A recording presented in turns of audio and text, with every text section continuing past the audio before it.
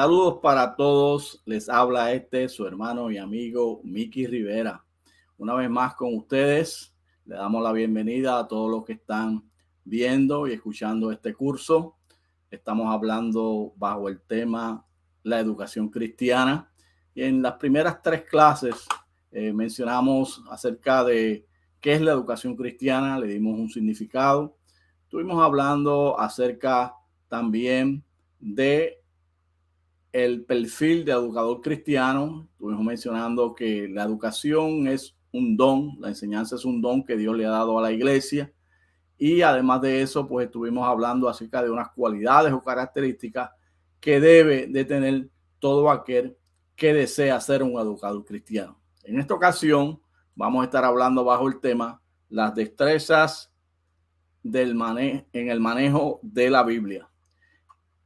Y lo primero que deseamos mencionar es que la simple lectura del libro de la clase o el libro de maestro de la escuela bíblica no basta para preparar una lección eficaz. El buen maestro tiene que entender que debe de estudiar los textos bíblicos para la lección en forma independiente. Debe estudiar los textos bíblicos que están contenidos en la lección de una manera independiente.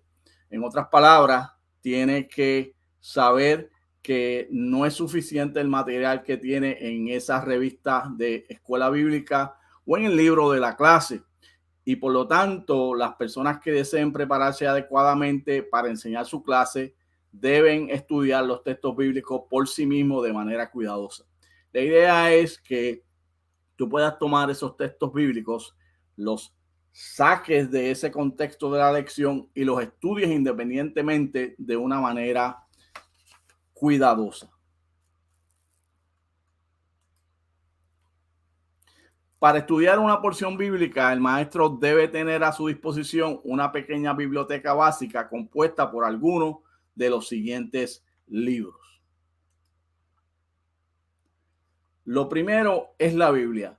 Sorprendentemente, hay muchos educadores cristianos que no tienen las destrezas de un conocimiento profundo acerca del libro que van a enseñar. Si vas a enseñar la Biblia, debes de conocer la composición de la Biblia y su estructura para poderlo hacer eficazmente, ya que van a haber estudiantes que van a preguntarte cuántos libros hay en la Biblia, cómo se divide la Biblia, dónde puede encontrar los diferentes libros de la Biblia, de manera que lo primero que tiene que hacer el educador cristiano es tener un conocimiento amplio sobre la Biblia como tal, porque la Biblia es nuestro libro de texto. El maestro debe de conocer la composición de la Biblia. La Biblia se divide en 2 partes, el Antiguo y el Nuevo Testamento. 2 partes, el Antiguo y el Nuevo Testamento. El Antiguo Testamento es una compilación de 39 libros escritos por diversos autores. El término Biblia significa colección de libros y por lo tanto la Biblia se compone de unos 66 libros y el Antiguo Testamento es una colección de 39 de ellos y tiene diferentes autores. El Antiguo Testamento se divide en 5 secciones. Número 1, el Pentateuco. Número 2, los libros históricos. Número 3, los libros poéticos. Número 4, los profetas mayores. Y número 5, los profetas menores. Y por supuesto, de la división que estamos hablando es la división de la iglesia evangélica, ya que hay otros libros, los cuales no vamos a entrar en detalles, y está también la Biblia hebrea, que tiene diferentes divisiones, pero la Biblia evangélica o la Biblia cristiana, el Antiguo Testamento está dividido en 5 secciones. Y el Pentateuco está compuesto por Génesis, Éxodo, Levítico, Números y Deuteronomio. Estos libros contienen las tradiciones y los relatos más antiguos del pueblo de Israel.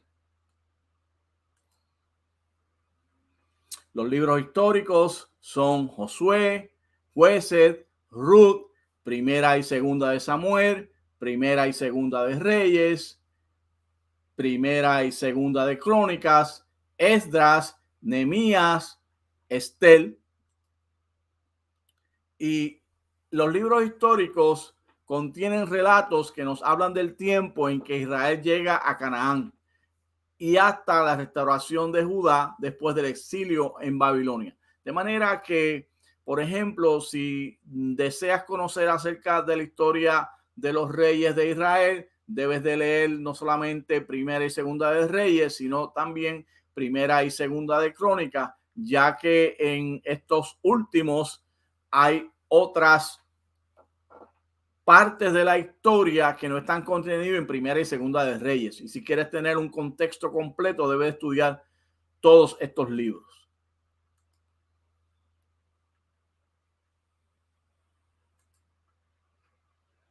Los libros poéticos están compuestos por Job, Salmos, Proverbios, Eclesiastés y Cantar de los Cantares. Son los libros de la poesía que están contenidos en la Biblia y son libros muy interesantes porque contienen un género literario que es muy diferente, por ejemplo, a los libros históricos y en este caso a los que vamos a estudiar ahora, los profetas mayores, que son Isaías, Jeremías, Lamentaciones, Ezequiel y Daniel. Y se dice que son los profetas mayores porque tienen mayor escritura, son libros más grandes que los profetas menores, los cuales están compuestos por Oseas, Joel, Amós, Abdías, Jonás, Miqueas, Nahum, Habacuc, Sofonías, Ageo, Zacarías y Malaquías. Y muchos de estos profetas menores fueron hombres que profetizaron en el cautiverio y la profecía que Dios les inspira está contenida en algunos de ellos y no porque sean profetas menores que contengan menos escritura, quiere decir que son menos importantes.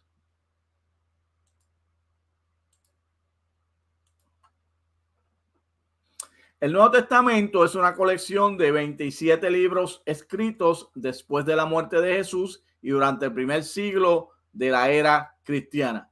El Nuevo Testamento contiene estos libros que fueron escritos después que Jesús muere y los primeros durante el primer siglo de la era cristiana. ¿Cuáles son las divisiones del Nuevo Testamento? Los evangelios, hechos, epístolas paulinas, porque la mayoría o todas ellas fueron escritas por Pablo, epístolas universales, primera, segunda y tercera de Juan y Apocalipsis. Los evangelios son Mateo, Marcos, Lucas y Juan. Y los evangelios son los documentos que nos hablan del ministerio, la pasión y la muerte de Jesús. Y podemos hacer una diferencia entre los evangelios sinópticos y el evangelio de Juan. ¿Cuáles son los evangelios sinópticos? La palabra sinóptico quiere decir que se puede en el conjunto. Tienen lecturas paralelas acerca de los mismos relatos y los pueden leer todos de una vez o todos a la misma vez en forma paralela. El libro histórico del Nuevo Testamento es el libro de Hechos y nos narra el comienzo de la iglesia cristiana y el desarrollo de esa iglesia a los lugares donde se expandió durante todo el tiempo que narra allí en este libro.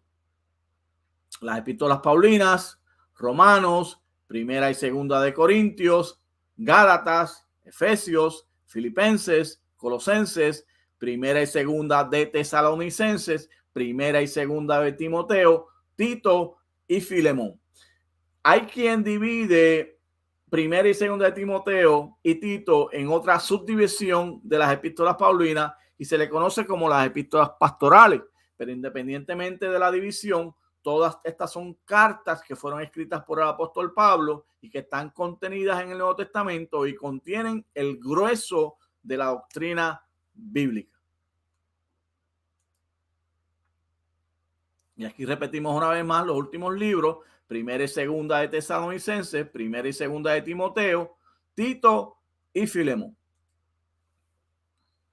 Las epístolas universales que contienen Hebreos, Santiago, Primera y Segunda de Pedro y Judas.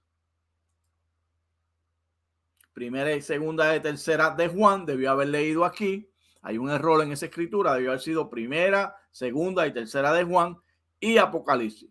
Y fíjense ustedes que estos libros de las epístolas universales, por ejemplo, el libro de los Hebreos, no se conoce quién fue el autor. Algunos mencionan que tal vez fue Pablo, pero realmente no se menciona quién fue el autor, y son epístolas o son cartas que fueron escritas por los diferentes autores que no están contenidas en las epístolas paulinas, porque las epístolas paulinas, como les mencioné anteriormente, fueron escritas por el apóstol Pablo. Y Apocalipsis, que es el libro escatológico del Nuevo Testamento. Datos acerca de la Biblia.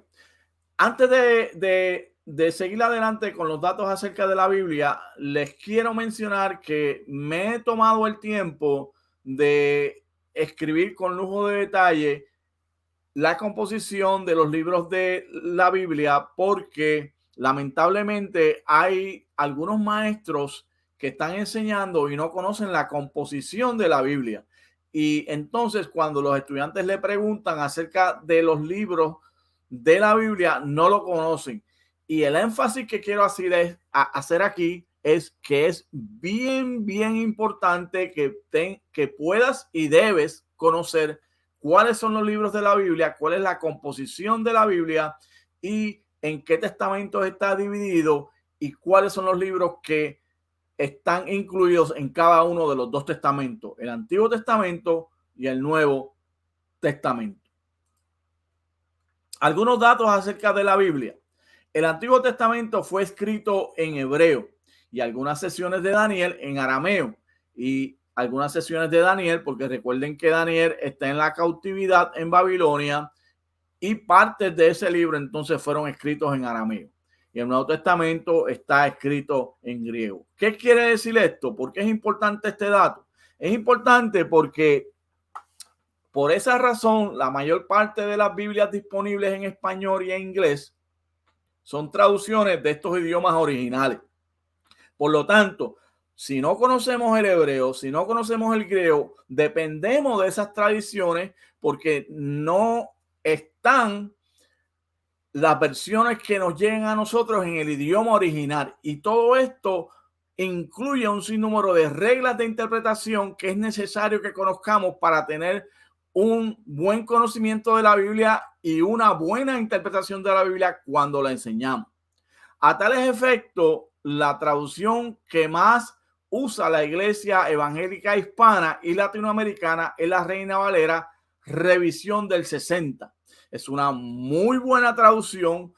Muchos de nosotros crecimos con ella y realmente es la traducción que más se usa, y algunos incluso la validan como si no hubiera otras tradiciones que fueran útiles, cuando eso no es correcto, ya que hay unas muy buenas tradiciones que han surgido después del descubrimiento de los rollos de Qumran y nos ayudan a poder tener un mejor entendimiento de las palabras del original y poder ampliar el conocimiento que tenemos de la interpretación bíblica. A tales efectos, yo recomiendo que cuando estudias la Biblia, si lo haces en Reina Valera del 60, tengas otra versión diferente a esa para que entonces te habitúes a leerla diariamente y te ayude a ampliar el significado y la interpretación de los versos que estás leyendo para el estudio y para la enseñanza.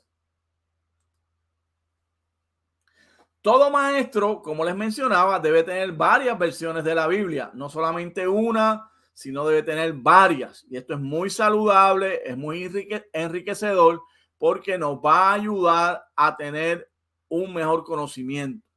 Además, debe tener una Biblia de estudio.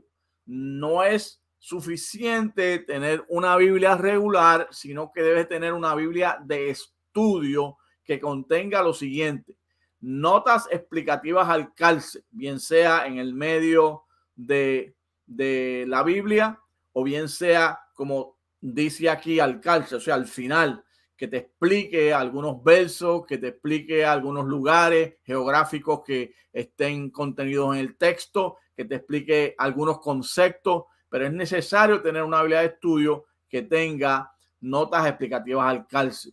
Además, que tenga una introducción a cada libro de la Biblia, porque la introducción a cada libro de la Biblia te va a decir a ti quién es el autor del libro, el lugar donde se escribió, el año que se escribió y un resumen breve de qué es lo que trata ese libro. Y también muchos de estos resúmenes o introducciones te van a incluir un bosquejo del libro conteniendo los capítulos y versos y la idea central de cada uno de ellos. Y por último, debe tener mapas. Los mapas son bien importantes porque te van a ayudar a ti a conocer a Israel desde el punto de vista geográfico, a conocer la topografía, a conocer si el lugar es un lugar donde que se escribe cerca de un río, es un lugar desértico, es un lugar montañoso o es un camino, y todo eso tiene una gran importancia para la interpretación del verso bíblico. ¿Qué más debe tener? Debe tener diccionario bíblico. El buen educador cristiano debe tener la destreza de poder definir los términos bíblicos, y para eso va a necesitar esta gran herramienta que es el diccionario bíblico. El diccionario presenta información general sobre nombres. Los nombres en la Biblia tienen significado y el diccionario te va a dar una información general sobre los nombres en la Biblia. Los lugares, sobre los lugares, qué significan los lugares, dónde están ubicados, cuál es la historia de ese lugar. Los personajes, va a tener información sobre los personajes, por ejemplo, sobre Pedro, de dónde era oriundo Pedro, cuáles fueron los pasajes que hablan sobre Pedro, los pesos, porque los pesos en el tiempo bíblico son muy diferentes a los pesos que utilizamos hoy. Usamos libra. Para ese tiempo se usaba tal vez el ciclo o se usaba la efa de harina. Las medidas también son diferentes. Las monedas eran diferentes. De manera que todo eso es bien importante para tú poder definirlo de manera que lo conozcas y lo puedas entonces presentar a la clase la cual estás desarrollando.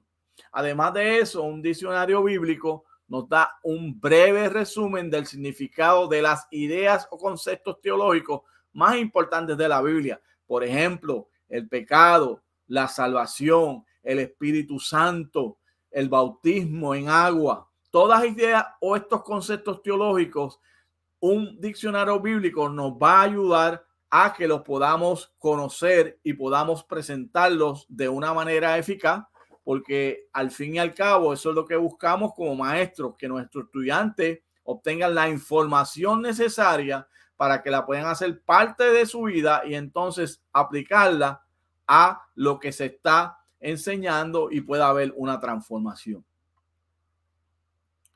¿Qué más necesitamos? Necesitamos concordancias. ¿Cuál es la función de una concordancia? Una concordancia es un libro que contiene la mayor parte de las palabras que aparecen en la Biblia en orden alfabético. La concordancia nos facilita la vida porque va a coger la mayoría de las palabras en la Biblia y nos las va a dar en orden alfabético. Y cuando las tenemos en orden alfabético, bajo cada entrada, la concordancia ofrece una lista de la mayor parte de los versículos bíblicos donde aparece dicha palabra. Por ejemplo, salvación. La concordancia nos va a dar una lista de todas las apariciones de la palabra salvación en la Biblia. ¿Y cuál es el uso de la concordancia?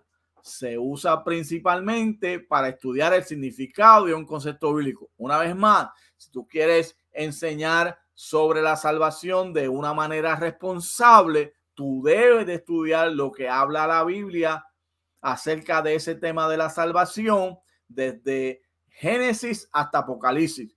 ¿Cómo puedes lograr esto de una manera más sencilla? A través de una concordancia.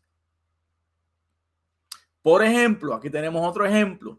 Si desea estudiar la palabra anticristo, puede buscar todos los versículos donde aparece esta palabra y entonces tener una idea clara y responsable acerca del concepto. Esto le permitirá leerlos y estudiarlos dentro del contexto más amplio donde aparece esta palabra. ¿Qué más necesitamos en nuestra biblioteca personal? El buen educador, el educador responsable, necesita un comentario bíblico. ¿Y para qué se usan los comentarios bíblicos? Un comentario bíblico explica el significado de uno o más libros de la Biblia. Tú quieres conocer el significado de uno o más libros de la Biblia, entiéndase los textos de ese libro.